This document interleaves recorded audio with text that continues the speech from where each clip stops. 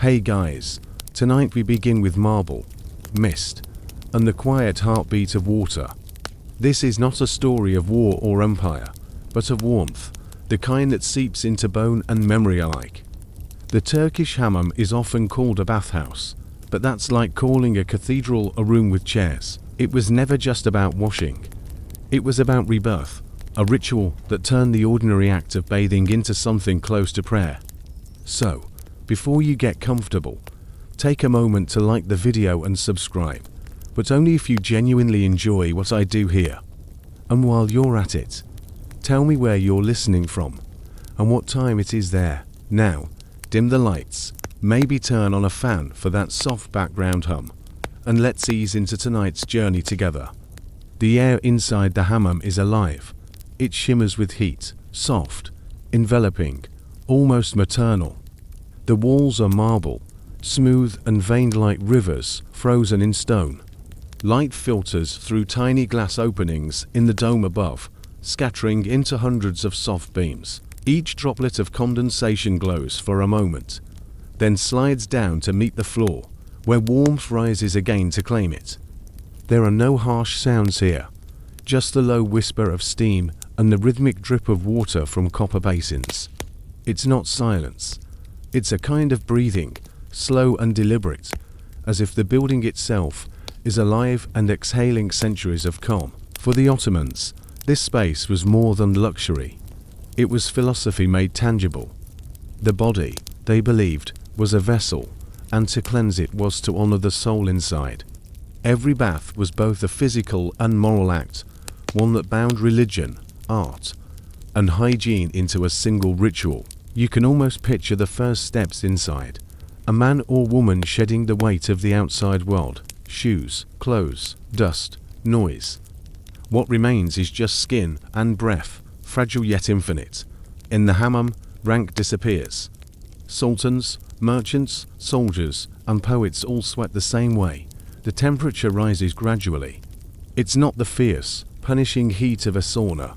It's persuasion, not force. The warmth wraps around you like fabric, coaxing the muscles to release their stiffness, the mind to loosen its grip. Even time seems to drift slower here, not measured by clocks, but by drops of water falling from stone. Some say the Ottomans learned this art from the Romans and Byzantines. Maybe they did. But what they built was gentler, more human, less about display, more about experience. A Roman bath might have felt like a public theatre. The hammam felt like a dream. The architecture itself invites surrender. Every curve, every arch, every faint echo was designed for comfort and humility. Light and shadow blend softly on the marble. Footsteps sound distant, reverent. If a person spoke too loudly here, even their own voice would seem ashamed of breaking the calm. It is easy to imagine the first-time visitor hesitating at the entrance, half expecting to intrude on something sacred. The attendants, called telaks, move quietly, their voices low and patient. They guide guests like priests of cleanliness, teaching not just how to wash, but how to let go. And as the steam thickens, something subtle happens. The mind, so used to its chatter, falls quiet. The body becomes weightless. Breathing slows until it feels like floating. The heat doesn't just clean. It erases, gently, as if polishing away everything temporary. For the Ottomans, this was the point. The hammam wasn't indulgence. It was order. The same logic that built mosques and gardens now turned inward. To clean oneself was to align with creation, to balance body and spirit. Even the simplest basin, when filled with warm water, became a kind of altar. And outside, the world continued. The merchants shouting in bazaars, horses clattering on cobblestones, minarets calling the faithful to prayer. But inside these walls, none of it mattered. The hammam was timeless, immune to noise, untouched by history. Maybe that's why the ritual survived so long. Empires rose and fell, but people always needed a place to forget themselves. The hammam offered exactly that, a soft, slow forgetting. Steam curls upward like thought dissolving. Water gathers in your palms, then slips away again, carrying with it dust, exhaustion, and the faint illusion of permanence. What remains is the simplest truth: to be clean, to be present, to be, just for a moment, enough. The Turkish Hammam didn't appear out of nowhere. It rose, quite literally, from the warm ruins of older worlds, Roman baths and Byzantine thermae that had once pulsed with the same heartbeat of steam. When the Ottomans took Constantinople in 1453, they didn't just inherit a city. They inherited an idea that water could civilize. The Romans had built bathing into the architecture of life. Their thermae were grand theatres of hygiene, towering halls of marble where citizens debated politics in hot water and philosophers tested ideas in the tepid pool. Cleanliness was order, water was empire. The Byzantines, who followed, softened that ideal. For them, bathing became ritual, less about status, more about purity. The steam carried prayers instead of gossip. Light through domes resembled divine grace, not Roman pride. The Ottomans would take that spiritual gentleness and make it their own. When the conquerors entered the city, now Istanbul, they found these silent, echoing halls half ruined, but still breathing. Broken pipes trickled faintly, and in the cracks of marble floors, grass had begun to grow. Yet the bones of the old baths were strong. The Ottomans studied them carefully. They saw potential not just for restoration, but for transformation. Under Sultan Mehmed II, the great building frenzy began. Mosques, markets, fountains, and hammams, all built side by side. Each structure had a purpose, but the hammam had a philosophy. It became the bridge between the sacred and the practical. You could wash your hands before prayer, yes, but also wash your pride, your exhaustion, your illusions. The architectural language changed too. Where Roman baths were rectangular and monumental, Ottoman hammams became circular and human-scaled. Domes replaced ceilings, not just for beauty, but for acoustics. The sound of water bouncing off curved stone turned the act of bathing into something orchestral. Every drip, every breath, every splash contributed to the music. The Ottomans introduced halvit, the warm central chamber, a space both intimate and infinite. At its heart lay the gegektasi, the navel stone, a great slab of heated marble where bathers lay like figures on altars. It radiated steady warmth, enough to loosen muscles and silence thoughts. Around it, smaller chambers branched off like petals, each for a different temperature, a different stage of surrender. Unlike the public bustle of the Roman baths, the Ottoman hammam prized privacy and modesty, segregation by gender, rituals of wrapping, careful choreography of movement. Every gesture was designed to maintain dignity in vulnerability. It wasn't about showing the body. It was about returning it to simplicity. Even the light was different. The Byzantines had used lamps and mosaics to create radiance. The Ottomans preferred absence, filtered daylight through small star-shaped holes in the dome. It wasn't illumination, it was suggestion. The steam caught the beams and turned them into columns of gold, rising and dissolving like visible prayers. In those early centuries, the hammam spread across the empire as surely as its language and law. From Damascus to Sarajevo, every new city was incomplete without one. The builders followed the same rhythm: mosque, market, bath. Faith, trade, and cleanliness, the holy trinity of Ottoman order. But beyond design, the hammam represented something subtler, a moral continuity.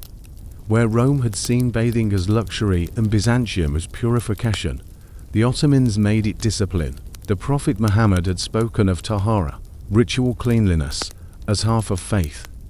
To be clean was not fashion, it was devotion. Every drop of water used for washing carried a trace of the divine. Yet this devotion never felt cold or severe. The hammam was as much about pleasure as piety. Steam softened morality. The faint scent of olive oil soap, the echo of copper basins being filled, the laughter of attendants, all turned faith into experience. Inside, the empire's divisions blurred. In a city where wealth determined everything, the hammam was one of the few equalizers. The same marble floor carried the feet of sultans and soldiers. Everyone sweated under the same dome. Everyone emerged equally pink and dazed. There were, of course, luxury baths, tiled with Iznik ceramics, perfumed with rose water, reserved for the elite. But even the humblest neighborhood hammam followed the same blueprint of grace. Warm stone, soft light, running water, civilization, in its simplest form. The Romans had believed their baths would last forever. The Ottomans didn't aim for eternity, only serenity. Perhaps that's why many of their hammams still stand. In a sense, the hammam became the Ottoman Empire's most honest monument. Empires fall, marble cracks, empires shift borders, but the need for warmth, for ritual, for the small daily redemption of being clean, that survives everything. If the Romans washed to display power, and the Byzantines to reach heaven, the Ottomans washed to remember they were alive. Every hammam, no matter how grand or humble, begins with quiet geometry. It's not decoration that defines it, but the rhythm of stone, water, and breath. The Ottomans built their bathhouses like they built their mosques, with reverence for proportion and light. Yet, while a mosque reached upward toward heaven, a hammam curved inward, embracing the human body like a warm shell. It was a space designed not for spectacle, but for surrender. Step inside, and the first thing you feel is the temperature, not the heat itself, but the balance of it. The walls, floors, and ceilings are all calibrated to distribute warmth evenly, as though the building were exhaling from every direction. The marble underfoot is never cold. It holds the memory of fire beneath its veins. The structure follows an ancient sequence, 3 chambers, 3 states of being. The sokaklık, or cold room, greets visitors with soft air and the echo of dripping water. It's where the outside world falls away, where voices lower, sandals slip off, and time begins to stretch. Beyond it lies the ılıklık, the warm room, a threshold between ordinary life and dream. The air here is thicker, perfumed faintly with olive oil and damp stone. You hear whispers, the clatter of copper basins, the slow shuffle of bare feet against marble. Then, through an arched doorway of steam, comes the haret, the hot chamber, heart of the ritual, womb of rebirth. The Ottomans designed these spaces like music, each chamber a new tempo. The transition from cool to warm to hot wasn't abrupt, but gradual, like climbing into a lullaby. The domes grew lower, the light dimmer, until the visitor finally reached the center. The glowing egektasi, the great navel stone, this slab of heated marble, circular, polished, slightly elevated, was more than furniture. It was symbol and instrument, altar and hearth. People lay on it to sweat out exhaustion, to soften the skin before the telak's rough mitt, to think, or to stop thinking altogether. Its warmth was constant, ancient, patient, the same warmth that once rose from the earth when the world was young. Above, the dome was pierced with dozens of small glass apertures, not windows, but stars of light. They filtered sunlight into gentle shafts that danced in the steam, turning it to liquid gold. As the day passed, the light shifted, tracing invisible sundials on the marble. Morning shimmered cool and silver, noon blazed white, evening glowed amber, soft as honey. The acoustics were deliberate. Every sound in a hammam is an echo of devotion. Water dripping into basins becomes percussion, the slow exhale of bathers, a hymn. The domes carry sound the way the body carries breath, rounded, resonant, forgiving. A whisper at one end can be heard, softened, at the other. Conversations blur into hums, laughter into sighs. There is no hurry here. The architecture forbids it. Every curve invites stillness. Every surface is meant to slow you down. The air moves lazily, shifting like fabric. The floor, slightly sloped, guides used water away, so that cleanliness always runs toward the next person. Even drainage becomes choreography. To walk through a hammam is to pass through centuries of geometry perfected by patience. The Byzantines built their domes to reflect light. The Ottomans built theirs to hold warmth. The result feels almost supernatural, a building that doesn't stand against the elements, but breathes with them. Sultan architects like Mimar Sinan turned bathhouse design into pure art. Sinan, who also built the Suleimani Mosque, designed hammams for sultans and commoners alike, each with the same poetic discipline: one entrance, one flow, one symmetry. He once wrote that a building guest's beauty must serve its purpose, and the purpose of a hammam, he said, was to make the body light, and the soul lighter. From the outside, most hammams looked modest: squat domes, small windows, little ornamentation, but inside, they bloomed. The marble was often veined with pale blue or rose, the basins carved with tulip patterns, the ceilings studded with glass stars. Even poverty had elegance here. Even simplicity had grace. Each element had meaning. The circular layout symbolized the perfection of creation. The warm air, a metaphor for a compassion. The sound of water, for mercy. The hammam wasn't built to impress. It was built to remind. And in that architecture of silence, something human happens.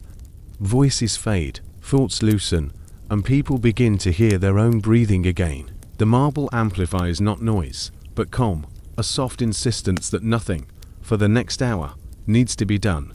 Imagine lying on that central stone, feeling warmth seep through your spine, while above you, the dome glows faintly through the steam. The air vibrates with small sounds, a basin being filled, a towel unfolding, the distant splash of someone else's relief. It's a world reduced to elements: heat, stone, breath, and time. Outside, history marches, wars, reforms, inventions, politics, but inside, the same architecture holds. The same sequence of rooms, the same rhythm of cleansing, the same deliberate quiet. It's not nostalgia, it's entrance. For 6 centuries, hammams remained the lungs of Ottoman cities, inhaling dust, exhaling calm. Every street eventually led to one, and long after the empire vanished, the marble still whispered, breathe slower. Before any steam, before any soap, the hammam begins with surrender. It is not the kind that involves words or gestures. It is the quiet act of setting the world down and walking into warmth, with nothing left to hide behind. The visitor enters from the street, where dust clings to sandals and sunlight glares off the stones. The moment the heavy wooden door closes, the city disappears. The air cools, voices soften, the smell changes. Outside was smoke and spice. Inside is marble, soap, and the faint sweetness of rosewater. The first chamber, the kemikan, is where one lets go of identity. It's a high, vaulted hall, airy and serene, filled with echoes of trickling fountains. Wooden balconies run along the upper levels, where bathers undress, their clothes folded neatly and left behind like small versions of their former lives. No one rushes here. There is ritual in even the smallest motion. Removing shoes, exchanging greetings, wrapping oneself in a thin cotton towel, called a pestimal. The fabric is soft, light, and almost transparent, tied simply around the waist or chest. It is less about covering the body and more about signaling the transition from the outer world of noise and hierarchy to the inner world of steam and stillness. An attendant brings sandals of wood or leather, called nalin, which clack gently against the marble floor. The sound, rhythmic and hollow, marks the beginning of the descent, a slow passage from the dry brightness of the entrance to the moist twilight of the baths. In the corner, copper bowls gleam. Some are engraved with tulip motifs, others plain from decades of use. Their purpose is simple and ancient: to pour water, never waste it. Every motion inside a hammam has purpose. Every drop has meaning. The telek, the male attendant, or natir if female, appears then, moving with that quiet efficiency born from repetition. They don't hurry. Hammam time is measured not in minutes but in breaths. A respectful bow, a faint smile.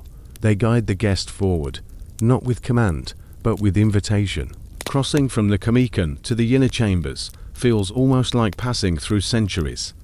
The air thickens, light dims. Somewhere ahead, steam curls around the doorway, glowing gold in slivers of sun. The smell of soap grows stronger, olive oil, earthy and clean. The first wave of warmth greets the skin gently, like memory rather than heat. It wraps around the body, finds every muscle, and whispers, "Relax." The noise of the city fades completely now. Only the steady pulse of dripping water remains. There's a small irony in how democratic this ritual feels.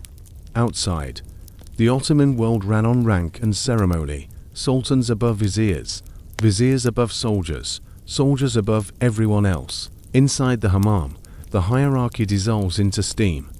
A merchant and a porter might sit side by side, their differences rinsed away with sweat. This moment, this shedding of distinction, was part of the design. Cleanliness wasn't only physical, it was social, moral, and symbolic. In the hammam, the empire's contradictions briefly melted: piety and pleasure, modesty and sensuality, equality and reverence. The talik guides the guest deeper, through an arched doorway into the ilikluk, the warm room. The light here is filtered through the dome's star-shaped holes, soft white patterns drifting through mist. Voices echo softly, laughter blends with the murmur of water filling basins. Here, the guest sits and begins to sweat, slowly. It is not an act of entrance, but of preparation.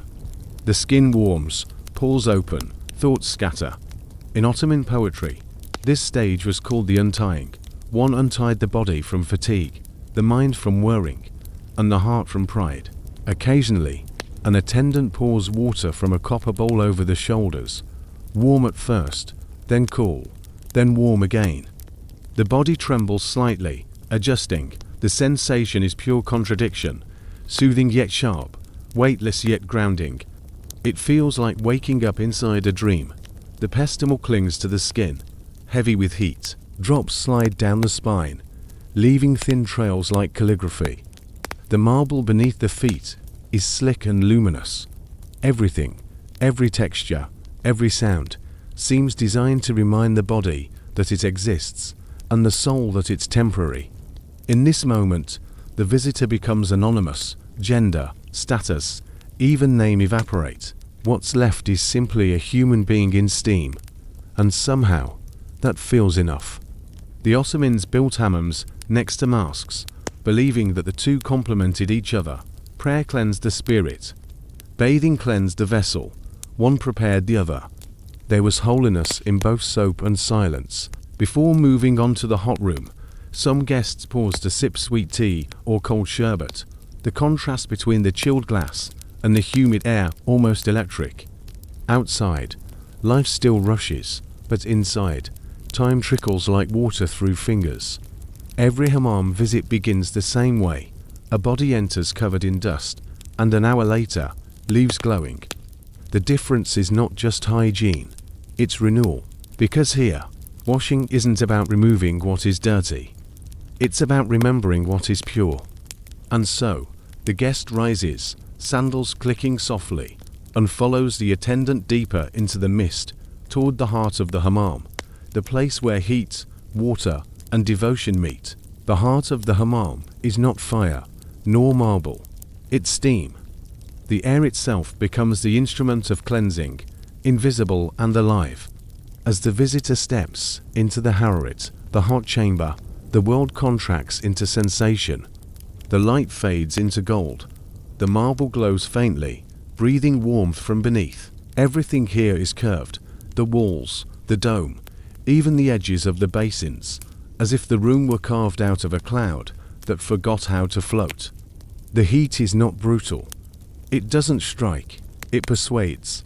It seeps through pores, curling softly around the body until skin and air share the same temperature. Sweat begins to rise, not as punishment, but as release. The first beads form at the temples, then trace slow paths down the neck, down the back, until the body gleams like polished alabaster. The steam carries the faint scent of olive oil, old stone, and time itself. Breathing it feels like inhaling memory, ancient, heavy, almost holy. Each breath expands the lungs and quiets the mind. The noise of thought begins to fade into the rhythm of dripping water. The Ottomans believed that steam healed. Physicians prescribed hammam visits for ailments of both body and spirit. The heat was said to cleanse the blood, calm the heart, and purge melancholy. Perhaps it was less medicine and more metaphor, but it worked. The body softened, the soul followed. At the center of the Hararet lies the Göbektasi, the navel stone, a vast slab of warm marble, radiant with stored fire. This is where the transformation begins. Visitors recline on its surface, eyes half closed, limbs heavy, minds emptying with each slow exhale. The air vibrates faintly, with droplets condensing on the dome above and falling in slow rhythm, tap, tap, tap, onto marble that has listened for centuries. Sometimes it sounds like a heartbeat, sometimes like a prayer. The heat begins to do its work. Muscles loosen. The tightness between thoughts unwinds. The skin, slick with sweat, turns luminous in the dim light. The pestimal, that modest cotton wrap, clings like mist. Time, always so sharp outside, melts here into something fluid and kind. It's difficult to think of anything else, even of yourself. The body dissolves into temperature. You are simply warmth, breath, pulse. The telic enters then, barefoot and calm, carrying bowls of water that gleam like molten bronze. He moves with slow precision, pouring first warm, then cool, in alternating waves across the skin. The sound is hypnotic. Splash, breath, silence. The water runs in rivulets down the marble, carrying away salt and thought alike. In ancient Ottoman poetry, this moment was described as returning to the sea. The idea that every person, every drop of blood, began in water and would one day return to it. In the hammam, that return feels literal. The telic begins the gentle exfoliation, using a rough mitt called a kese, woven from silk or goat hair. He scrubs in circular motions, patient and thorough. What rises from the skin is not just dead cells, but the ghost of fatigue, of anxiety, of age. It peels away in thin rolls, dissolving into steam. The guest watches in mild awe, part disgust, part relief, as evidence of life simply sloughs off. It's strangely intimate, this ritual. But it's not erotic, not invasive, it's devotional. The telak's movements are rhythmic, almost prayerful. He knows where the knots hide, in shoulders, in thoughts, and how to untie them without a word. Occasionally, he pauses to pour another bowl of water, murmuring softly, not a prayer exactly, but something close. The sound blends with the echo of others, distant laughter, the drip of condensation, the low hum of contentment. This is not just washing, it's confession without speech. As the scrubbing ends, the skin feels new, tingling, raw, awake. The air, once heavy, now feels lighter, as though gravity has been suspended. The telic steps back, and for a moment, there is silence. Then he pours one final bowl of cool water over the head, sudden, shocking, liberating. It's an ending disguised as a beginning. In Ottoman culture, this stage of the hammam was often compared to birth. The heat of the room, the steam, the cleansing, the nakedness, all echoes of life's first moment. To emerge from the hammam was to be reborn, a small resurrection in marble. No one speaks much inside the Hararet. The architecture doesn't encourage it. Words feel heavy, unnecessary. The dome listens, but never interrupts. The only dialogue is between water and flesh. When it's time to move on, the telic gestures softly toward the side chamber, the aliklik again, the place of transition. There, the guest will rest, wrapped in clean linen, sipping tea, rediscovering the texture of the world. But for a few more moments, the body lingers on the Göbektasi, glowing faintly in the golden steam. The air hums with warmth, the marble radiates calm, and everything human, ambition, grief, memory, seems to melt into the same gentle rhythm of droplets falling from stone. This is the miracle of the hammam. Nothing supernatural, nothing grand, just heat, water, and patience, working together until the mind remembers how to be still. And in that stillness, perhaps, something like salvation. In the hammam, the telik's hands are history itself, centuries of knowledge passed from master to apprentice through touch, not words.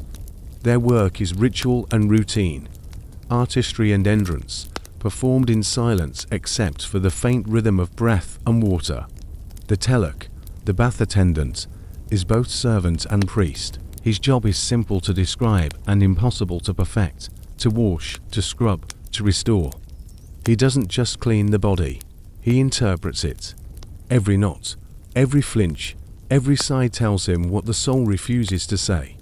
For centuries, the telak's craft was learned the same way one learns a language, by repetition, imitation, and faith. A young apprentice began by fetching water and scrubbing marble floors, memorizing the movement of heat through the stone. Only later did he graduate to scrubbing flesh. The hands that once wiped steam from tiles learned how to read muscle, pressure, pulse. When he enters the hot chamber, the telik moves with unhurried precision. His bare feet make no sound on the marble. His towel, sometimes draped over one shoulder, sometimes wrapped around the waist, is damp with steam, its cotton fibers worn thin from years of use. He carries a small bucket of soap foam, a copper bowl, and the keys, the coarse exfoliating mitt that has defined Ottoman cleanliness for centuries. The foam is a marvel in itself. It's not the sticky lather of modern soap, but a light, fragrant cloud whipped from pure olive oil and water, beaten until it resembles silk. It smells faintly of the earth and sun that produced it, simplicity elevated into luxury. The telik begins without hurry. He scoops the foam into both hands and lets it fall in slow cascades over the guest's shoulders, back, and chest. The sound is soft, almost musical. The bubbles burst quietly on contact, releasing warmth and scent. Then come the hands, strong, practiced, deliberate. He starts at the neck, kneading outward, tracing the architecture of bone and sinew with scientific devotion.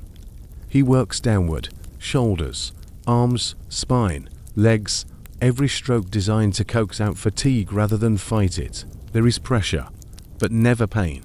The telak's hands alternate between firmness and mercy, like waves breaking against the shore. For the visitor, it's impossible to remain dignified. Limbs flop, eyes close, the body surrenders, but in that surrender lies the purpose. To trust another human with your most vulnerable self, stripped of clothes, title, and defenses, is the hammam's greatest lesson. The empire built walls and armies. The hammam built humility. Occasionally, the telik pauses to fill a bowl and pour warm water over the guest's body. The sensation is immediate, electric, heat on skin, sound in ear, light in closed eyes. The water cascades down and disappears into small channels in the marble, carrying with it everything that doesn't belong. Then comes the scrubbing. The telik slips on the keys, the silk mitt that feels at first like sandpaper and later like salvation.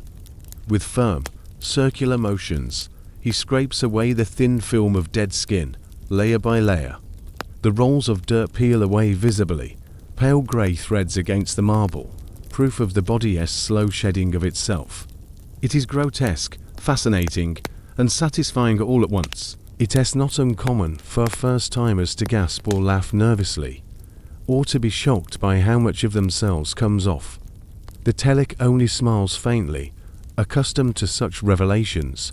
Everyone carries dust, an old saying goes, but only the hammam shows you where.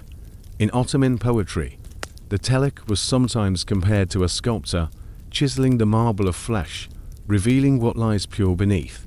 Others compared him to a confessor, scrubbing away sin as much as sweat. Whatever the metaphor, the truth is the same.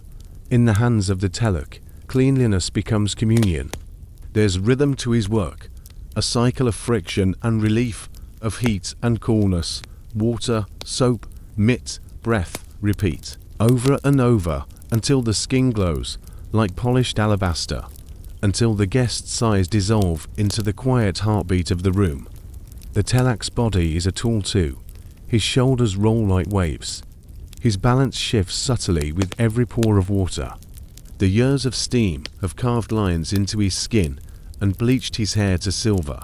His palms, though hardened, remain sensitive, capable of detecting temperature changes with uncanny accuracy.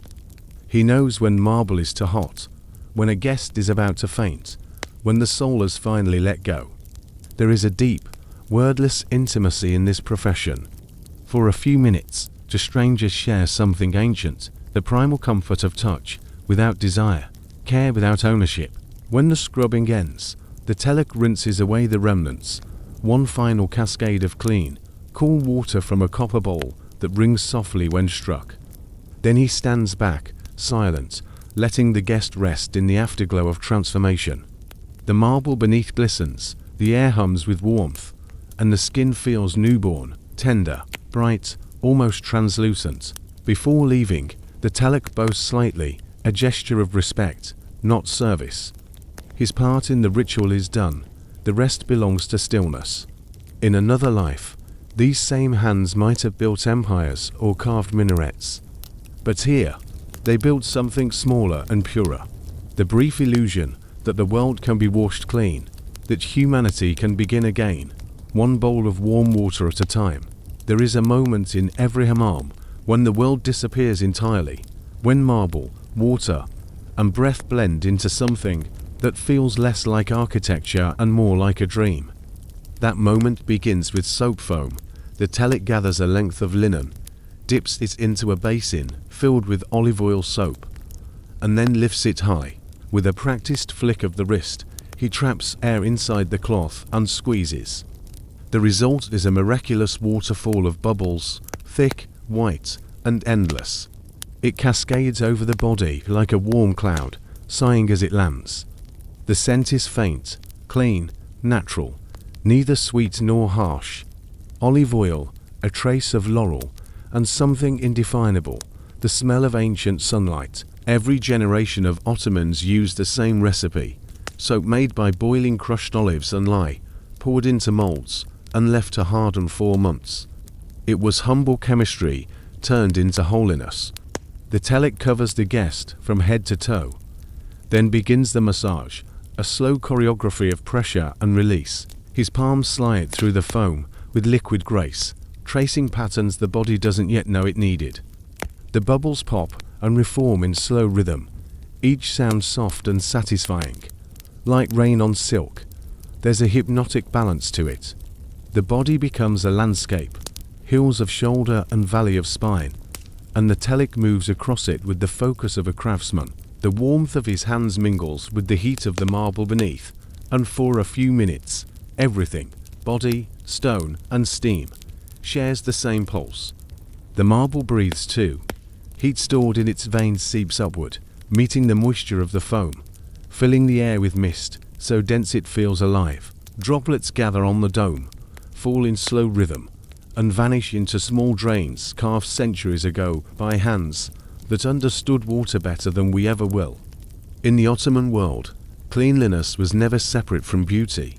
The foam was not just soap, it was aesthetic, sensual, art. The curves of the domes, the pattern of tiles, the flow of water, everything echoed the same principle, symmetry through softness. To wash was to create harmony. The telak's movements mirror this philosophy.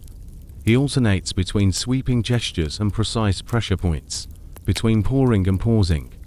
His hands slide through the foam as through calm water. Occasionally, he cups his palms and lets warm air from his lungs mix with the bubbles, a small, human addition to the chemistry of comfort.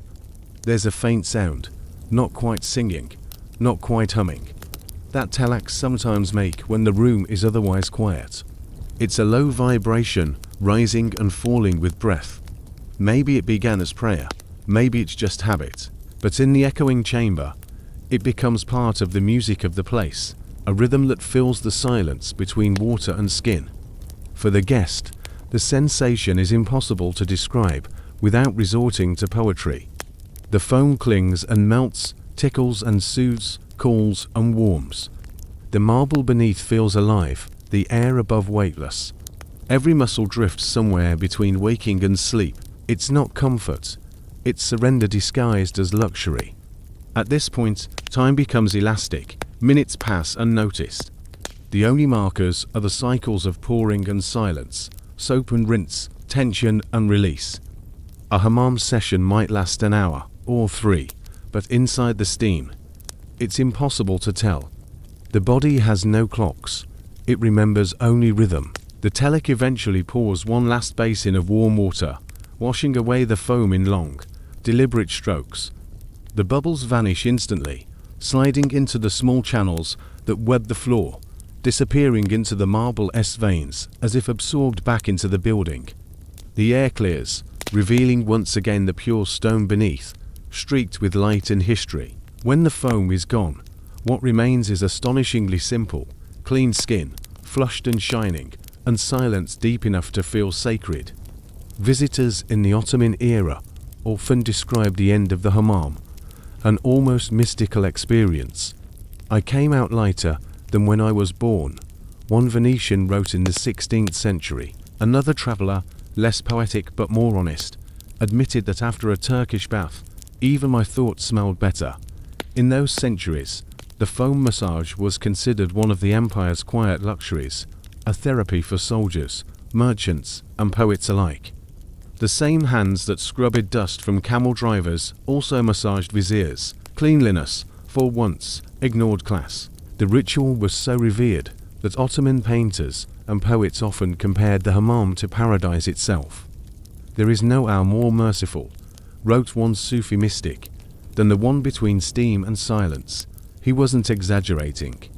The hammam offered something the world outside could not: a brief, tangible peace. As the guest lies still on the marble, the last of the foam fading into mist, the mind empties itself of thought. All that's left is breath. Inhale, warm, humid, rich with the scent of stone. Exhale, cool, light, clean, over and over, until body and air are indistinguishable. In this moment, the hammam achieves its true purpose. It's not about hygiene, not about beauty, not even about faith. It's about vanishing, the art of dissolving into the simplest version of being alive. The telek stands quietly, waiting for the guest to open their eyes. He knows the ritual is working when the face softens, when shoulders drop, when even the smallest defense evaporates. Only then does he step back, pour one last basin of cold water, the sharp punctuation to a sentence written in warmth, and whisper, barely audible through the steam, that it is done. The foam fades, the stone gleams, the guest rises slowly, as if emerging from another life, and somewhere, above the dome, the city continues, unaware that beneath its noise, a handful of people have just rediscovered silence. When the scrubbing and foam are done, when skin is flushed and heartbeat calm, comes the final act, the simplest and most sacred: water. Not the rushing, careless kind that fills modern showers, but deliberate, reverent water, poured, not sprayed, carried, not commanded.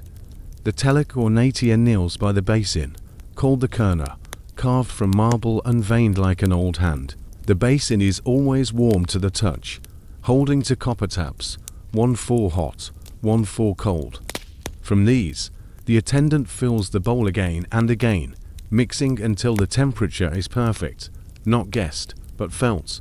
And then the water comes. It is poured slowly, with precision, beginning at the shoulders and running down the back in a single, continuous stream. It feels like time itself sliding off the body. Another pour, over the arms, over the chest, over the head. The sound is hypnotic, the rush, the splash, the brief silence before the next cascade. Each pour is a benediction. Each drop seems to say, start again. In Ottoman culture, water was never ordinary. The empire's engineers built fountains, aqueducts, and cisterns not merely for survival, but for devotion. To give water was an act of charity. To waste it, a kind of sin. The Quran spoke of purity through washing, before prayer, before touch, before rest. The hammam turned that instruction into art. The water in these basins once traveled miles, from hills beyond the city through channels cut in stone and pipes lined with clay. By the time it reached the hammam, it had been filtered by earth, touched by air, and sanctified by purpose. No one ever entered a hammam without acknowledging that miracle. Even silently, the telek pours again. The bowl rings faintly when it fills, a note that hangs in the air just long enough to blend with the echo of dripping from the dome. He moves methodically, right arm, left arm, back, legs, hair. With each pour, heat leaves the body in small size of steam. The guests rarely speak during this part. Words feel unnecessary, even intrusive. The only communication is through rhythm, pour, breath, pause. The world has been reduced to this simple conversation between marble, water, and skin. In the hammam, this final rinsing is called abdest, the ritual of purification. It's the same concept that governs washing before prayer, but here it expands, not just hands and face, but the entire being. It's as if the building itself were performing a prayer over the person within it. To watch it is to witness choreography perfected by centuries. The attendants' arms rise and fall with the same grace each time. The marble glistens under the falling water. Tiny streams run along carved channels, carrying away every trace of soap and sweat. The water never pools, it always moves. That motion, endless, effortless, is the soul of the hammam. When the pouring ends, the guest sits in stillness, droplets running down like threads of silver. Steam swirls around them in soft spirals. The air tastes faintly of minerals, like rain. The marble, though hot moments ago, now feels cool under the feet. It's a small miracle, the transformation from fever to calm, from weight to lightness. Attendants bring fresh linen towels, thick, white, fragrant with rose water, and wrap the guest gently, layer upon layer. The towels are not just for drying but for sealing the warmth inside, preserving that fragile peace between body and air. It feels less like being dressed and more like being honored. In some hammams, a final ritual follows, a bowl of cold water poured over the crown of the head. The shock is instant and bracing. It pulls the mind back into the body, waking it gently from its trance. The old attendants used to call it the closing of the circle, the moment when purification turns into awareness again. In Ottoman poetry, water was often described as the hand of God made liquid. It cleansed, healed, forgave, and reminded. To pour water over another person was to enact mercy, a small reenactment of creation itself. The hammam, in that sense, was a theatre of divine intimacy, marble instead of sky, basins instead of clouds. Outside the walls, the empire was loud and busy, caravans rumbling, prayers echoing, merchants shouting in the bazaar. But here, in the heart of the bath, the only empire that mattered was the one between pulse and breath. There's something ancient about the human instinct to seek this, to wash, to rinse, to feel born again. Long before the Ottomans, the Romans had done it. Before them, the Greeks. Before them, the river civilizations of Mesopotamia. Yet the Ottomans gave it a gentleness those others lacked, a grace that turned necessity into beauty. When the guest finally stands, the skin gleams faintly in the dim light, clean not just of dirt, but of effort. The towels cling softly, absorbing the last droplets. The telek bows his head, the ritual completed. In that moment, the hammam becomes a cathedral of simplicity, water as gospel, marble as altar, steam as prayer. For all its sensuality, the act remains humble, a reminder that no matter how grand the empire, every soul ends the same way, rinsed by the same water, warmed by the same stone, forgiven by the same hands. And when the guest steps out of the haret, leaving wet footprints that fade almost instantly on the marble, it feels like walking out of time itself, reborn, rinsed, and briefly, beautifully human. After the final rinse, after the shock of cold water fades and the towels cocoon the body, the guest moves toward the sokaklik, the cool chamber, where sound, scent, and time soften into something nearly unreal. It's the afterlife of the hammam, the place between dream and awakening. The air here is cooler, thinner. The steam has lifted, leaving behind a faint trace of olive oil and marble dust. Light streams in through small, high windows, bending on the droplets that still hang in the air. Everything shimmers slightly, like a half-remembered thought. An attendant guides the guest to a wooden divan, its cushions covered in woven fabric, warm from the body that last occupied it. The towel around the shoulders is replaced with another, lighter, scented faintly with rose or lavender. Someone appears with a silver tray, carrying small tulip-shaped glasses of tea. The steam rising from them curls like calligraphy. The first sip is sharp, tannic, alive, the taste of tannins and metal mixed with honey. It shocks the tongue, reminding it that the world still exists. The heat of the tea meets the cooling air in the lungs, and for a moment, the body doesn't know whether it's warming or cooling, waking or resting. This is the pause that defines the hammam. The work is done, the purification complete. What remains is silence, the most expensive luxury the empire ever produced. Around the room, other guests rest the same way, reclining, eyes half closed, skin glowing. Some speak softly, their voices floating lazily like smoke. Others say nothing at all, content to exist in the rare moments when nothing is required of them. Attendants move quietly, like ghosts of hospitality, refilling tea glasses, adjusting towels, offering bowls of dried fruit or sherbet. The air hums faintly with the clink of metal against glass, the rustle of fabric, the occasional creak of the wooden floor beneath bare feet. The soccer clock was more than a resting place.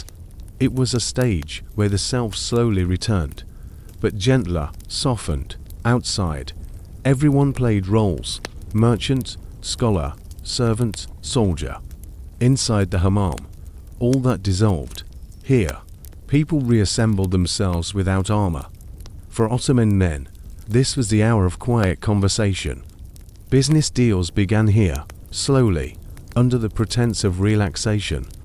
Politics whispered behind clouds of steam. Scholars quoted Rumi or Hafiz between sips of tea. The hammam, for all its simplicity, was where ideas circulated as easily as water. For women, in their separate hammams, the stillness carried a different tone. It was laughter, stories, secrets. They braided each other's hair, applied rosewater and amber oil to skin, shared recipes, gossip, dreams. It was a sanctuary, yes, but also a salon, a place where the empire's true social life unfolded, invisible to the men who believed they ruled it. In either world, the essence was the same: calm. The hammam trained the body to slow down, to exist without hurry, to feel without distraction. The towels, now slightly damp, cling to the skin like silk. The sensation is grounding, luxurious, almost sacred. They carry the scent of clean cotton and faint perfume, the simplest reminder that cleanliness, for the Ottomans, was not sterility, but beauty. In old poems, this stage of the hammam was called the peace between waters. The first water washed the body, the second cooled the spirit. Now came the third, the tea, the rest, the quiet, washing the mind. Sometimes, an attendant fans the air gently with a palm leaf to help the guest cool faster. Other times, the only breeze comes from an open door leading to a courtyard, where vines grow against sunlit stone, and the faint hum of the city filters in. The contrast is hypnotic outside, 1,000 noises inside, just the sound of breath. For a civilization so obsessed with order, the hammam offered the rare permission to let everything go. The empire's marble pulse slowed here. A traveler from France once wrote, "In the hammam, the Turk forgets the world and remembers himself." He meant it as an observation, but it might as well have been scripture. To forget the world and remember oneself. That was the hammam's entire purpose. Even the simplest gestures, sipping tea, adjusting the towel, closing the eyes, take on ritual weight. Every movement feels slow, deliberate, justified. The marble's warmth lingers faintly beneath the skin, like memory. Eventually, The guest will stand, dressed in clean linen, lighter somehow, not just physically, but morally, spiritually, even temporally. The body feels like a new invention, the mind, rinsed of urgency. When the guest steps into the vestibule, attendants bow softly. The air outside the hammam feels harsh now, dry, dusty, filled with sound, but for a few minutes, the world glows faintly, as if filtered through the same steam that once softened it. Some guests glance back through the wooden door before leaving, watching the mist curl in the air like a farewell. Others walk away without looking, unwilling to break the spell. Outside, the streets of Istanbul buzz, hawkers shouting, carts rolling, minarets calling for prayer, but somewhere, deep beneath the noise, the marble walls of the hammam still hum quietly, holding centuries of breath. And though every visit must end, every towel must dry, and every guest must return to the world, one truth remains: the calm follows. It lingers on the skin, in the lungs, in the soft awareness that even the busiest day can hold a small, secret pool of stillness, if only one remembers how to breathe, how to pour, how to listen. To the Ottomans, water was not simply practical, it was divine. Cleanliness was not just habit, but half of faith. The hammam, though wrapped in marble and steam, was never separate from religion. It was its quiet echo. Islam teaches that before prayer, a person must perform wudu, the ritual ablution. Hands, mouth, face, arms, and feet, each washed in specific order, not to remove dirt, but to restore awareness. God loves those who purify themselves, the Quran says. And so the Ottomans, in the language of empire, built that idea into stone. Every hammam, no matter how grand, was a place of preparation, for prayer, for reflection, for peace. Its domes were not accidental, they mirrored the celestial vaults of mosques, so that even in bathing, one stood under heaven. The marble beneath the feet was cool as the courtyard of a madrasa, the sound of pouring water echoing like distant prayer. The act of washing became something between devotion and meditation. Steam softened not only the body, but the mind, dissolving distraction, pride, anger, all those small impurities that clog the heart. When the water touched the skin, it carried away what no sermon could, the illusion of permanence. In that sense, the hammam was not indulgence, but humility. To wash was to admit that one was, at least for a while, unclean, dusty, tired, flawed, human, and yet, in the same gesture, to recognize the mercy of being allowed to begin again. Many historians call Ottoman hygiene advanced for its time. It's true, while much of Europe still distrusted bathing as dangerous, the Ottomans considered it a civic and moral duty. In Istanbul alone, there were over 150 hammams. By the 17th century, more than churches in many European capitals. To be unwashed was not merely unkempt. It was irreverent, but it wasn't fanaticism. The Ottomans never separated faith from pleasure. Cleanliness was worship, yes, but it was also joy. To feel warm marble beneath one's feet, to breathe the scent of laurel soap, to see sunlight through the dome as tiny glass stars. All this was a form of gratitude, a sensory prayer. Even the architecture followed religious rhythm. A visitor entered cool, then warm, then hot, echoing the Sufi path from body to soul to spirit. The gegek taşı at the center was sometimes compared to the heart, heated, beating, purify, circling around it mirrored the movements of prayer itself. The entire experience, whether consciously or not, became an act of remembrance, dhikr through steam. In early Ottoman hammams, inscriptions lined the walls, brief verses from the Quran, or simple blessings carved above the basins. Water is purity. Cleanliness is the gate of mercy. To wash is to thank, the words blurred in the steam, as if modest about their truth. And yet, for all its holiness, the hammam was never austere. It was human, profoundly, forgivingly human. Children laughed in the cool rooms, old men dozed on the marble. Women sang softly as they combed each other's hair. Piety here had warmth, not severity, faith, for the Ottomans lived comfortably among comforts.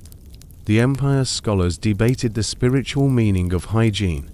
Some said it was symbolic, cleansing the body as one cleans the heart. Others insisted it was literal, a command, not a metaphor, but perhaps both were right. In the hammam, philosophy was unnecessary. You could feel theology on your skin. One chronicler from the 16th century wrote, "In the bath, all are equal before God." It wasn't rhetoric. The hammam stripped away status and silk, leaving only the same skin under the same steam. Wealth bought finer towels, perhaps, but not a cleaner soul. The telek poured the same water for everyone. There was also charity in it. Wealthy patrons often endowed hammams through waqf, religious foundations, that made the baths free or affordable for the poor. A good ruler, it was said, was measured by the cleanliness of his people. Water was welfare. On Fridays, the day of communal prayer, the hammams filled early. The air buzzed with laughter, conversation, anticipation. Men and women emerged later in the day glowing, scented with rose oil, dressed in fresh linen, prepared for both mask and life. Faith flowed seamlessly from marble to carpet, from steam to supplication.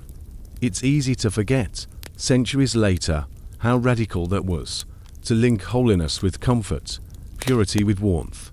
The Ottomans understood that devotion should not punish the body, but honor it. They made cleanliness a pleasure, and pleasure a form of gratitude. In the end, the hammam was not about sin or virtue. It was about awareness, the simple, sacred act of remembering the body that carries the soul. To wash was to participate in creation again, if only for a moment.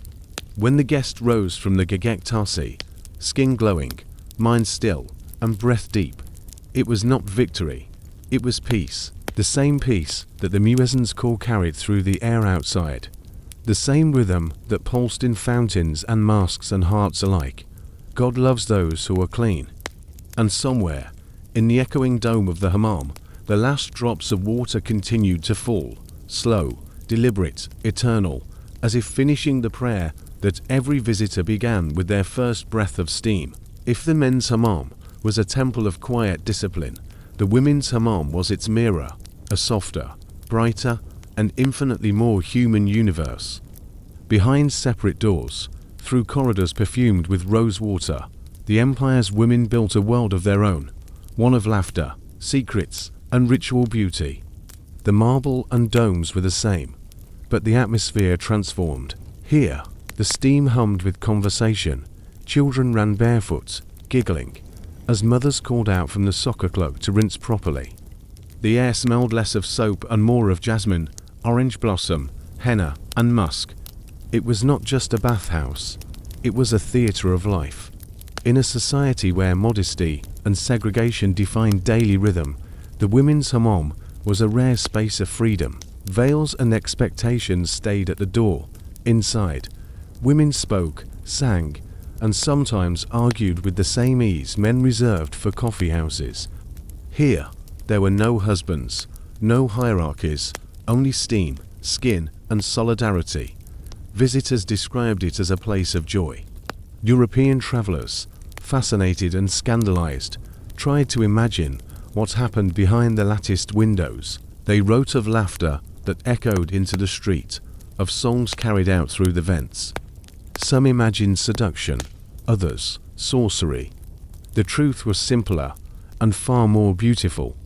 The women's hammam was a gathering place, an oasis of community. It marked every milestone of life: births, weddings, mourning, friendship. A girl's first visit was an initiation, usually before marriage, guided by her mother and aunts. Brides-to-be were bathed, perfumed, and blessed here in elaborate ceremonies called gelin hammami, the bridal bath. On those days, the hammam became a festival.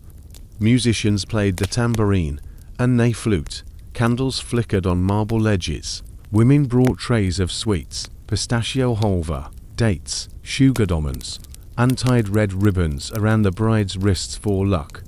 Steam mingled with perfume, laughter with song. The marble floors, usually austere, gleamed with color from silk shawls and rose petals.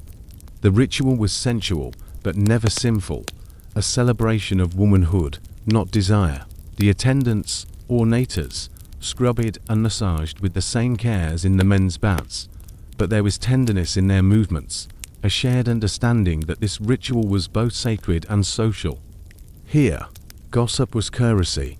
Women exchanged recipes, arranged matches, planned dowries, and even, in subtle ways, shaped politics. A sultan's decision might be whispered here first, long before it reached the court, carried in rumor, softened in steam. The hammam, in its way, was an unofficial parliament of women, where every pour of water was punctuated by laughter and every sigh carried news. The architecture supported intimacy, the domes amplified voices, blending speech into melody. The light that filtered through the holes in the ceiling painted the steam in gold and silver. When women sang, and they often did, the sound shimmered as if the walls themselves joined in. Even time behaved differently here. A morning bath could stretch into an entire day. There was no clock but the slow cooling of the marble. After washing, women reclined on cushions, sipping sweet sherbet or tea, their hair wrapped in towels twisted like crowns. Some braided each other's hair, some painted henna on palms, some dozed, their children asleep beside them. For widows and older women, the hammam was comfort. For young wives, sanctuary. For mothers, a moment of pause between endless duty. For all, it was belonging, a place to exist unobserved and unjudged. There was modesty, yes, but not shame. The Ottomans understood that the body, when seen without pretense, could be innocent again. Within these walls, nudity lost its scandal. It became simply the human form, cleansed of the world's noise. One 17th century observer, astonished, wrote that the hammam glows like a garden without flowers. He wasn't wrong. The women's baths bloomed with color, towels striped in saffron and crimson, copper basins shining like fruit, the air heavy with scent. There was beauty everywhere, but never vanity. Cleanliness was not competition. It was communion. Even sorrow found its place here. When death came to a household, women gathered in the hammam to wash not only themselves, but their grief. The steam absorbed tears, the marble held silence. To pour water was to perform acceptance. When they left, their skin smelled of rose oil, and their hearts a little less heavy. For centuries, this world thrived quietly beside the empire's masks and palaces. Yet, as modernization crept in, the women's hammams began to fade. Private bathrooms arrived, and with them, isolation. The rituals of laughter and shared care gave way to solitude. Still, in some corners of Istanbul and Anatolia, the tradition continues. On certain mornings, you can hear the faint echo of chatter from behind thick wooden doors, the splash of water, the metallic ring of copper bowls, and somewhere in the mist, women still hum old melodies that never reached paper. They may not speak of faith or philosophy, but their ritual remains a kind of prayer, not to heaven, but to each other. The hammam was never just about being clean, it was about being seen, not by men, not by society, but by other women who understood what it meant to live, to endure, to find joy in the small miracle of warmth and water. And when they left, stepping back into the bright noise of the street, they carried that warmth with them, invisible, indelible, an empire of steam and laughter stitched into the soul. In the men's hammam, the steam carried a different rhythm, quieter, weightier, infused with the scent of tobacco and sandalwood instead of rose and jasmine. It was not a place of chatter or perfume, but of dignity, discussion, and, occasionally, diplomacy. If the women's hammam was a garden of laughter, the men's was a council of marble and patience. Every morning, before the market stirred and the call to prayer unfurled across the domes of the city, men began to gather. Merchants with calloused hands, students from madrasis, imams, janissaries, and scribes all passed through the same wooden doors. Each laid aside his sandals and silks, emerging equal in the mist. Inside, the air pulsed with quiet authority. Attendants moved with discipline, not deference. The hammam was one of the few places where even a vizier might be spoken to without bowing. The hierarchy outside dissolved here, replaced by a more primal order, one measured not by wealth or power, but by entrance and grace in steam. The ritual unfolded with the same solemn precision, undressing in the kamikan, entering the warm room, adjusting to the heat, then lying upon the gegektasi for scrubbing. But while the women's baths were alive with song, the men's hummed with something else: philosophy, politics, poetry, and the kind of silence that asks for no explanation. This was where ideas circulated more freely than in court. Deals were struck between merchants whose hands, moments earlier, had been scrubbed raw by the same telek. Alliances formed beneath domes clouded with steam. Poets recited verses of Hafiz or Yunus Emre between cups of tea. Soldiers, bruised and sunburned from campaigns, soaked in stillness before returning to their posts. And above them all, the steady rhythm of water, pour, splash, drip, the metronome of empire. The hammam was a confessional without a priest. Men spoke of politics in whispers, of home in sighs, of God in silence. The dome absorbed it all, 1,000 confessions that evaporated harmlessly into air. It's easy to romanticize, but the truth was practical. The hammam was one of the few places a man could relax his posture. In a world where authority had to be performed daily, in the bazaar, in the mosque, in the street, here, finally, he could lean, slump, breathe. The marble didn't care about his title. And yet, the space was far from austere. Steam softened everything, even pride. The faint scent of soap and cedar wood filled the air, mingling with the quiet laughter of friends. It wasn't indulgence, it was balance. The Ottomans, for all their grandeur, believed strength required stillness. The hammam offered that, not luxury, but restoration. Some of the most famous Ottoman figures were creatures of the bathhouse. Suleiman the Magnificent himself maintained private hammams within Topkapi Palace, built by Mimar Sinan, not as symbols of excess, but as architectural sermons on discipline. The ruler who does not cleanse himself, a court poet once wrote, rules nothing but dust for ordinary men. The neighborhood hammam was enough, simple, sturdy, communal, its marble worn smooth by generations of feet, its air heavy with history. Within its walls, boys learn the art of patience, fathers, the art of humility. Apprentices were taught that the first lesson of trade was cleanliness, of body, of mind, of intention. Even disputes were sometimes resolved here. To men, stripped of weapons and pride, sitting side by side on warm stone, could see each other not as rivals, but as reflections. The hammam leveled everything: temper, argument, ego. More than one reconciliation began with a shared bowl of water poured in silence. After the washing and scrubbing, men rested in the soccer clock, sipping strong black tea, or sometimes coffee thick enough to stand a spoon upright. Attendants moved quietly with towels and trays. The conversations grew softer, lazier, like smoke curling toward the ceiling. There were rules of etiquette, of course: no shouting, no haste, no business conducted before cleansing. The hammam demanded calm manners, a kind of moral hygiene.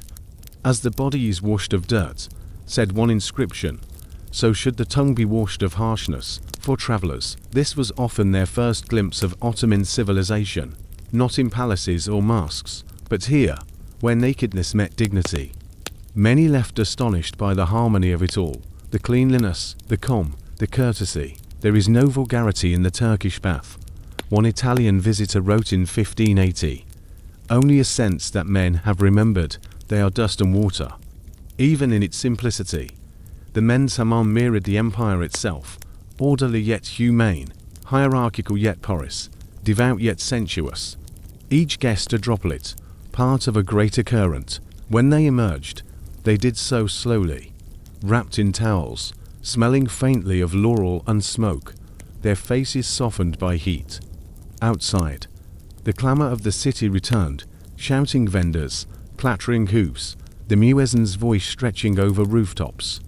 But for a few minutes after stepping into sunlight, they carried the calm with them. That, perhaps, was the true purpose of the hammam, to prepare men for prayer or pleasure, but for life itself. To remind them that beneath armor, beneath ambition, beneath all the dust of empire, there was still something warm, clean, and infinitely human.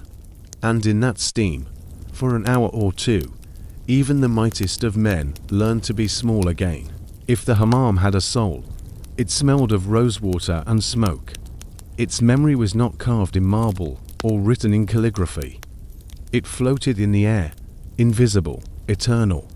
Every bath in the empire breathed perfume, and every scent told a story. The Ottomans understood smell the way others understood music, as harmony, balance, rhythm. A clean body was incomplete without fragrance. Purification was meant to end in perfume. The hammam, therefore, was also an apothecary, part pharmacy, part poetry. When the guest left the hot chamber, skin gleaming, attendants came forward with small glass flasks filled with oils, rose, jasmine, sandalwood, amber, musk, some thick and sweet, others light as air. The oils were rubbed gently into the skin, especially the wrists, chest, and temples, places where pulse meets air. The rose was queen among scents. The Ottomans called it the smile of God. Its oil came from Sparta, the city of roses, where women picked the petals before dawn to trap their fragrance in the cool air. It took thousands of blossoms to produce a single vial of oil, a quiet miracle distilled into every drop. Jasmine, by contrast, was the scent of evening, sensual, but never heavy, used often in women's hammams. Men preferred amber and musk, which carried notes of smoke and warmth, as if the body itself had learned to remember fire. Sandalwood was used for cooling, lavender for calming, laurel for protection against illness. Each fragrance carried purpose as much as beauty. Cleanliness was not complete until scent sealed it. Without fragrance, one Ottoman proverb said, "Purity is mute." The hammam's attendants were masters of this invisible art. They mixed oils by instinct, a drop of rose for serenity, a touch of musk for strength, a breath of lemon for clarity. There were no written recipes, only tradition and trust. The result was never overpowering. The scent did not announce itself. It lingered, like memory, in the folds of towels and the corners of thought. The architecture of the hammam itself seemed to amplify the perfume. Heat turned oil into air. Steam carried it through the domes, where it mingled with the mineral scent of wet marble and the faint metallic note of copper basins. To enter a hammam was to step into an olfactory painting, warm, fluid, constantly changing. Outside, the empire mirrored this passion. Perfume was a sign of refinement, faith, and good manners. Merchants in the bazaars sold oils in tiny glass vials, their colors glowing like jewels, crimson rose, golden amber, pale green laurel. Perfume sellers were respected tradesmen, their stalls smelling of paradise. In the palaces, fragrance became politics. Sultans received ambassadors in rooms perfumed with burning argarwood, believing that scent softened the heart before words were spoken. Courtiers dabbed rosewater on letters before sealing them, a practice that made even political intrigue smell divine. But nowhere was perfume more democratic than in the hammam. A beggar and a vizier might both leave smelling of the same rose. For a few hours, scent replaced status. Everyone carried the same invisible crown. The relationship between scent and spirituality ran deep. The Prophet Muhammad was said to have loved perfume and declared it one of life's purest pleasures. The Ottomans carried that belief into daily life. The hammam's fragrances were more than indulgence. They were continuity. The breath of devotion turned material. To smell clean was to exist in harmony with the divine order. The hammam wasn't merely washing away dirt. It was aligning the body with heaven's rhythm. Each drop of oil, each curl of incense, each fragrant towel said the same thing, that holiness and beauty should never be separated. Sometimes, incense was burned as the final act of purification. The attendant would pass a small brass censer over the towels, releasing tendrils of smoke that coiled through the air like memory.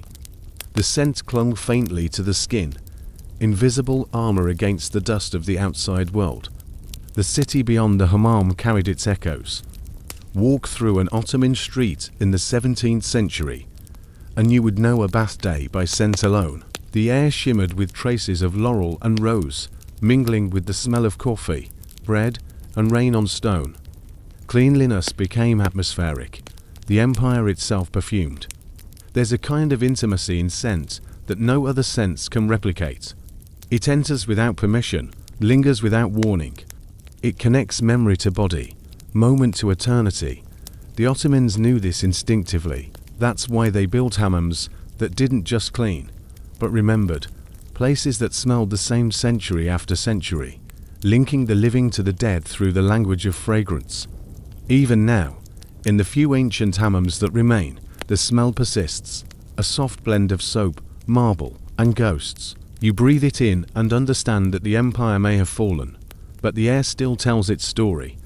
Rose for peace, amber for strength, laurel for protection, musk for memory. Every breath, a small prayer, every exhale, a surrender. And though no one notices, the scent that rises from the warm stone is the same one that once filled palaces, mosques and markets, proof that the most lasting empires are not built in stone, but in the air we breathe. Every civilization believes its rituals will outlast time, but even steam cools, even marble cracks. The story of the hammam, like the empire that birthed it, began to fade not with a collapse, but with a quiet forgetting. The first signs came not from conquest, but from convenience. In the late 19th century, as Europe industrialized, the Ottomans began to modernize, a word that meant, more often than not, the slow erasure of old rhythms. Private bathrooms appeared in palaces, then in upper-class homes. Plumbing, with its silent pipes and obedient taps, made the ritual of the hammam seem unnecessary. Why walk to the bathhouse when hot water came to you? But in gaining comfort, something else was lost.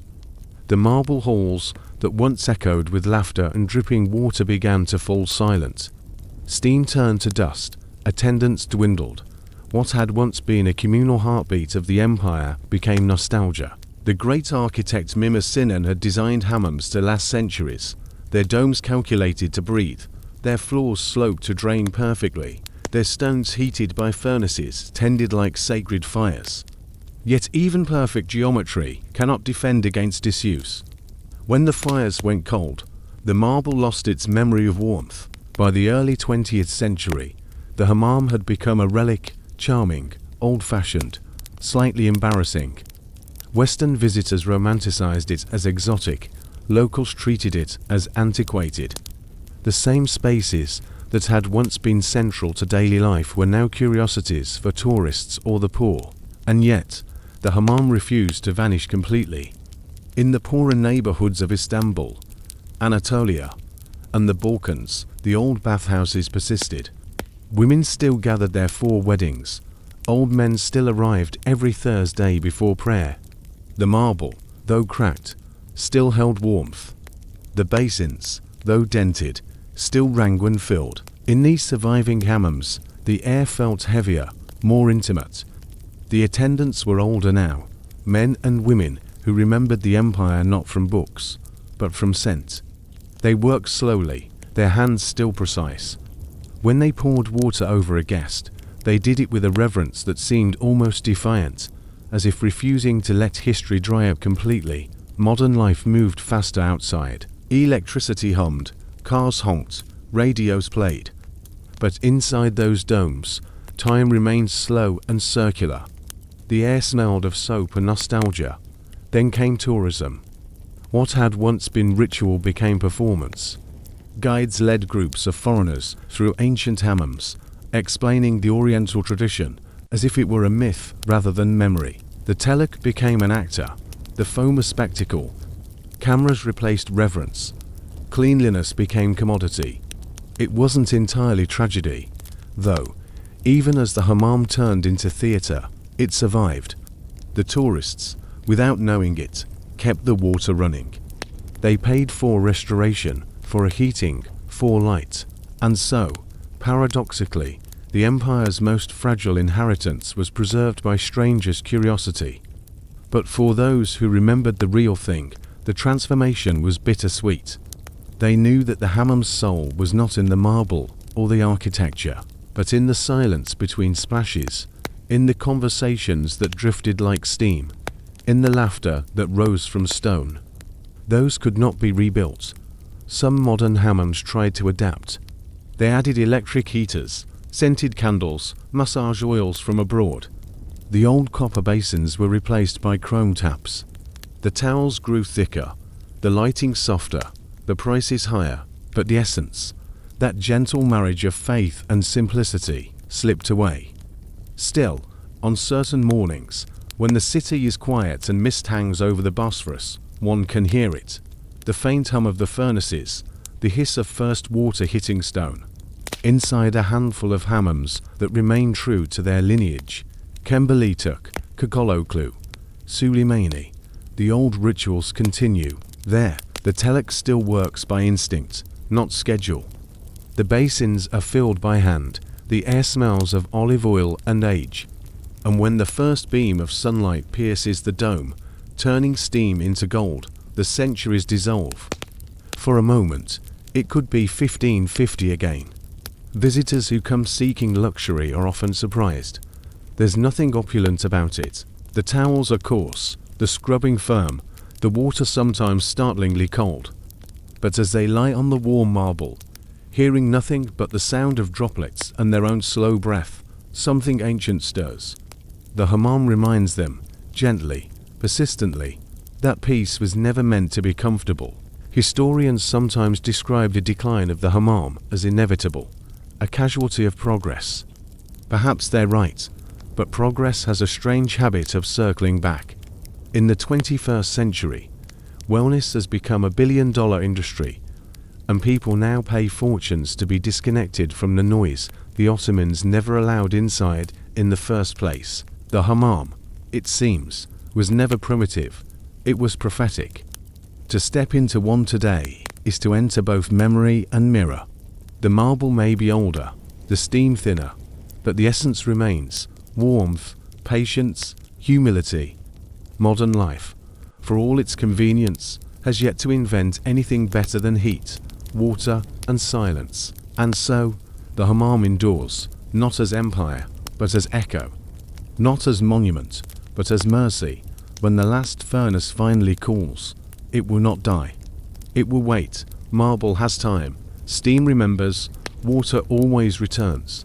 By the time the Ottoman Empire fell, its marble baths had already become ghosts, warm, breathing ghosts with walls that remembered everything. Empires crumble, dynasties vanish, but water leaves stains that even history cannot erase. The hammam, more than mosque or palace, was the empire's quietest triumph, not because it dominated, but because it endured. While borders shifted and sultans came and went, the baths kept working, generation after generation. Steam still rose, the same rituals repeated. It was the closest thing the Ottomans ever built to eternity. Even now, centuries later, step into one of the surviving hammams of Istanbul, Kogoloklu, Galatasaray, Suleimani, and you feel it immediately. The air hums with the low patience of centuries. The marble is softened from touch, the floor polished by countless bare feet. The basins still ring faintly when filled, like small bronze bells announcing the same ceremony. Unchanged since the days of the sultans, there is an intimacy in that continuity, a sense that the walls themselves are alive, breathing with the rhythm of every person who ever entered seeking warmth, relief, or forgiveness. You can almost hear them, if you listen closely enough, the laughter of women on bridal mornings, the measured conversation of merchants, the whisper of a talak's copper bowl. They are all here, suspended in the mist. The hammam's persistence isn't just architectural, it's emotional. It carries something humanity keeps trying to forget. That civilization doesn't depend on machines or laws, but on care, the daily, quiet tending of bodies and spaces. Cleanliness was never vanity to the Ottomans. It was gratitude made visible. Every drop poured, every towel folded, was a small act of respect for being alive. Maybe that's why the hammam feels so calm even now. Beneath the heat and ritual, there's an undertone of humility, an admission that all we ever do, generation after generation, is wash the dust off and start again. The empire's ambition may have been vast, but its wisdom was intimate. In the West, progress meant isolation, private bathrooms, locked doors, silence. The Ottomans, by contrast, understood that cleansing was social, to bathe was to belong. To share warmth and water was to affirm that, under the skin, all humans are the same. Standing in a centuries-old hammam today, you realize how little that truth has aged. Steam still curls up toward the dome's small glass stars. Sunlight still filters through in trembling patterns. The scent of olive oil soap remains, faint, persistent, forgiving. A Talek still hums to himself as he scrubs the marble clean after closing, just as his ancestor did 500 years ago. And when the last guest leaves, the building does not sleep. The heat lingers in the walls, in the basins, in the air. The hammam waits, its silence thick but never empty. It knows that someone will return. Someone always does. There's a kind of faith in that, not in gods or empires, but in continuity. The belief that water poured with intention can keep memory alive. That warmth is a form of prayer. That the body itself can be an offering. Outside, the city changes, trams, cars, glass towers, but inside, the same rituals continue. Towels folded the same way, basins filled by hand, voices softened by steam. The hammam doesn't resist time, it absorbs it, the way marble absorbs heat. Visitors today may come for novelty, for beauty, for Instagram photos. But the hammam doesn't care. It transforms everyone equally. The moment the first bowl of water touches skin, the centuries close around you like mist. The world grows quiet. You remember what it feels like to belong to something older than memory. Perhaps that's the secret, the reason the hammam has survived when palaces turn to ruins. It was never built for power, only for peace. Power fades, peace seeps into stone. And if you listen closely in the final moments before leaving, after the last pour, after the last towel, you can hear it, the soft hiss of water meeting heat, the breath of marble releasing steam. It sounds almost like the building is exhaling. It's the same sigh that began 500 years ago and has never quite stopped, because the hammam isn't just a place. It's a rhythm: inhale, exhale, pour, cleanse, rest, repeat. It's the body remembering its connection to the world, the soul remembering its humility before water. And long after we are gone, the marble will still hold that warmth, a low, patient hum under the surface, like the earth itself remembering our small devotion. So the hammam remains, a vessel of quiet, filled with steam, history, and the scent of roses. Proof that some empires never fall, they simply turn to mist and linger.